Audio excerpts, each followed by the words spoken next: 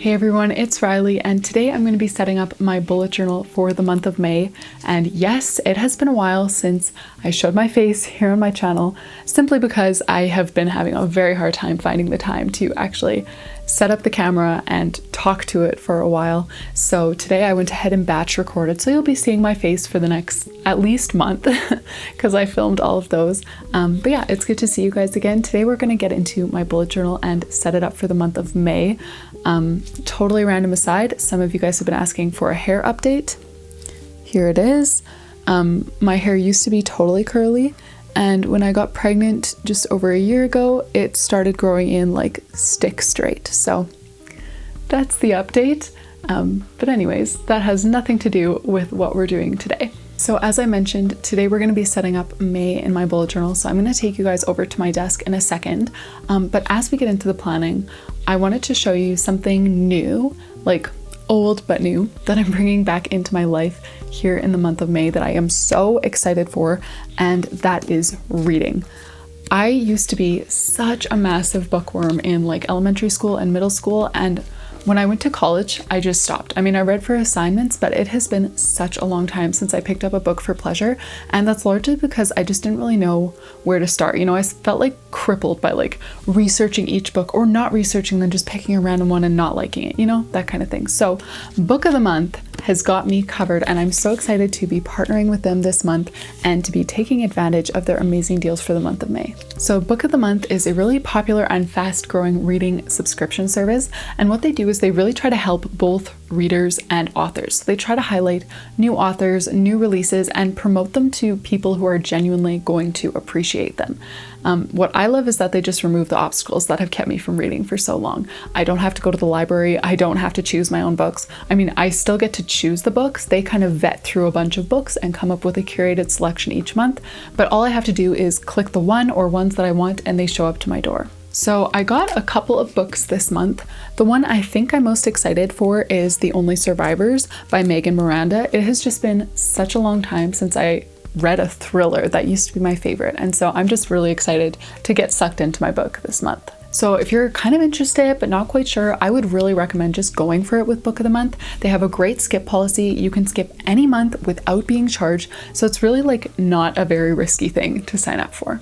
So if you are interested in getting the best price on new release hardcover fiction, head to bookofthemonth.com and use my code SPRING to get your very first hardcover book for $9.99. So thank you so much, Book of the Month, and let's get into the planning. So here's the journal that I'm using for the first half of the year. This is the clay colored journal available in my shop, and these are the colors that I'll be using today. If you want a closer look, feel free to pause it here. As you can see, they're mostly Tombow dual tip brush pens, but I am using one zebra mild liner, and the thing that I don't love about the zebra mild liners is that they don't have like a name really easily visible on the markers. So it is from a set of 4, and I really can't remember if it's from the more like nature colored set or the pastel set that just came out this year, but it's from one of those two sets. And all of the markers that I use are from Stationery Pal. There will be a discount code for those below, as well as links to my journal.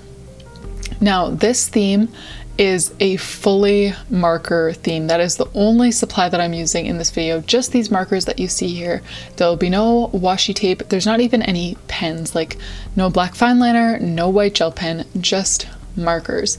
So that's what I'm doing for the illustration here. I'm just going straight in with marker, and as you can see, I started off with a few cacti, and I don't love how I sprinkled the cacti around. Like, what are those two cacti doing? Like climbing these little like towers of rock?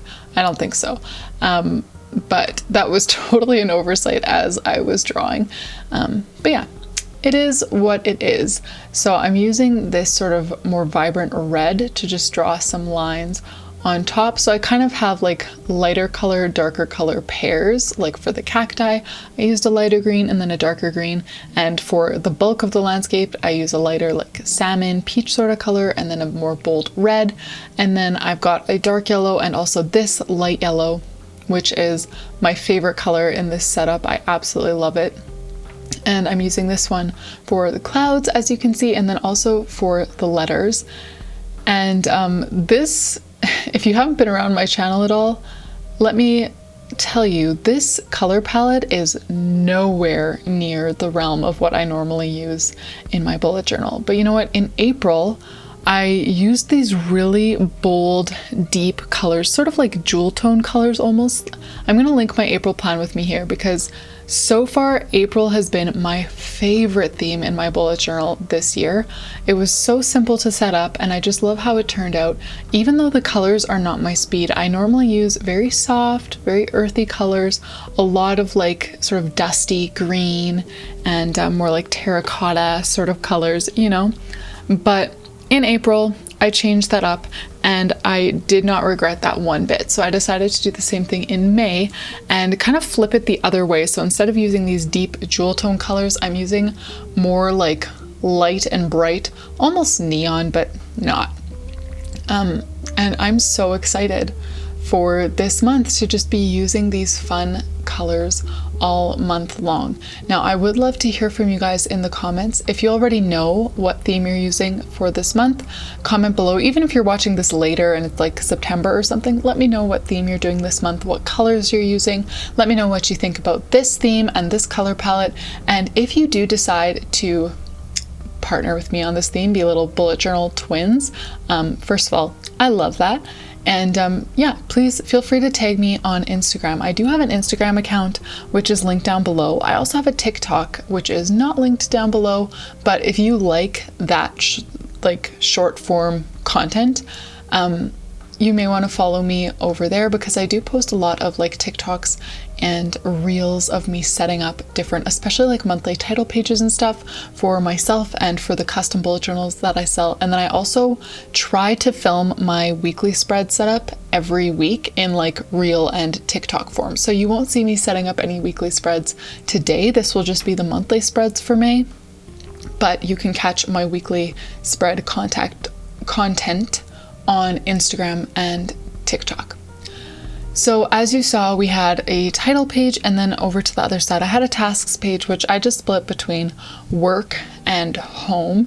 And honestly, these days, the home column has like partially turned into a shopping list.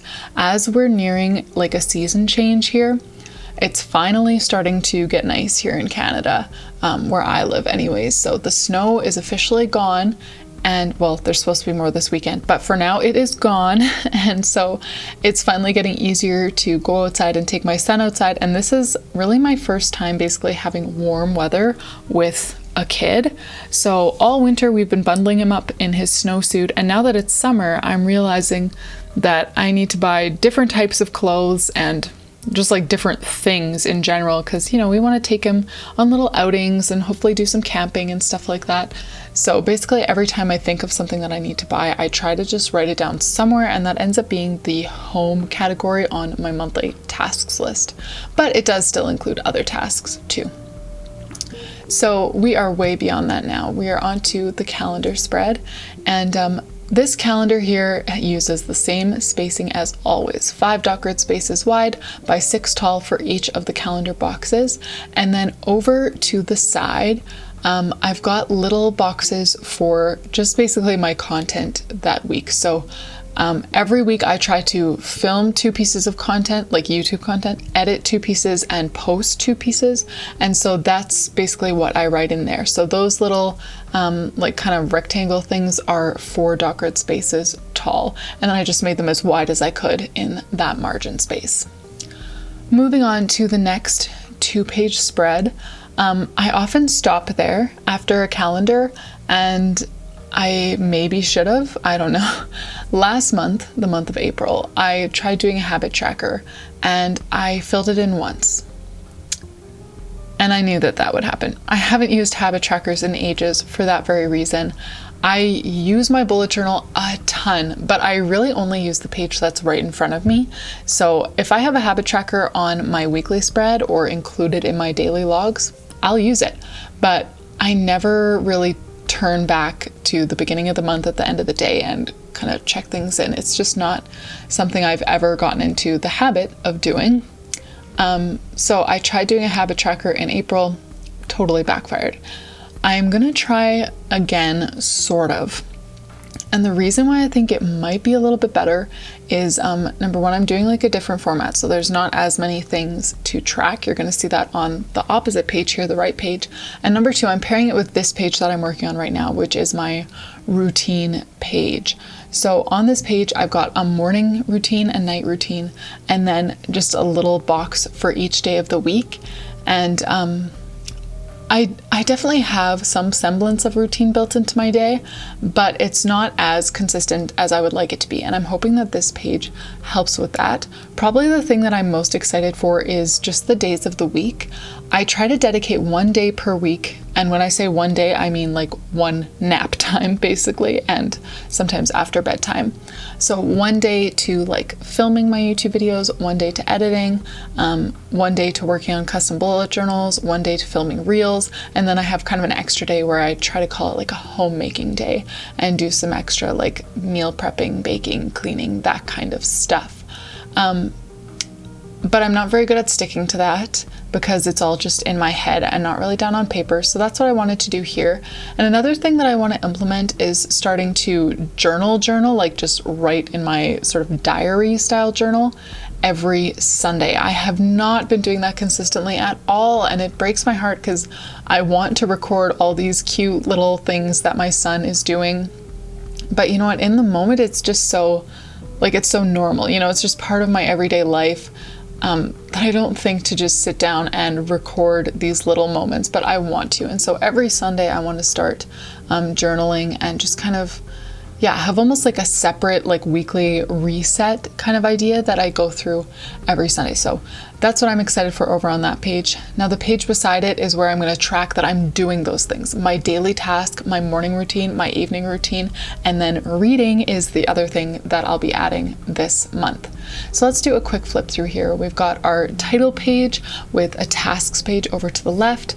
Then I have my trusty 2-page calendar spread. And finally, a new spread here for my routine and my habits for the month of May. Thank you all so much for joining me to set up May in my bullet journal. I hope that you enjoyed it, and I'll see you in the next video.